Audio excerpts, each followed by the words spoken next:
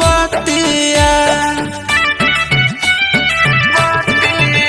अगती का हटाइयो के नाथिया हकै सुहाग वाली रतिया। धुकुर धुकुर कर छातिया कैसे बुतैयो हम बतिया।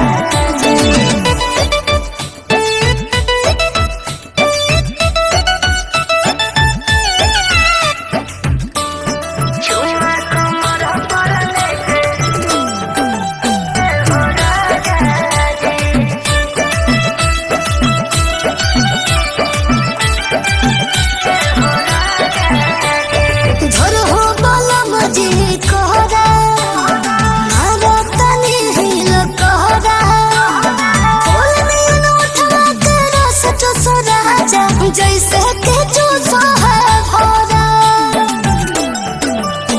उमर हौ तोर अभी काचा गे जान से होतले हो तो नया छागे जान। मौका का फायदा उठा हो बलमुआ जी भर के लूट ले हो मजा जी। पाछे को चुम्मा कमर पर लेके मोर हो जाए हो राजा जी। पाछे को चुम्मा कमर पर लेके मोर हो जाए हो राजा जी।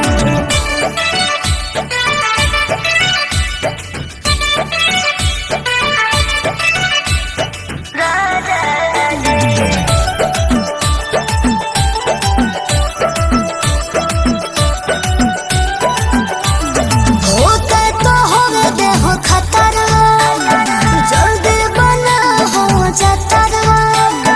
मोरा पलंग के टूटते तयाज टूटे देह भैया पटरा। चंदन यदुवंशी है फेरा में गे कुछु नहीं सूझे अंधेरा में गे।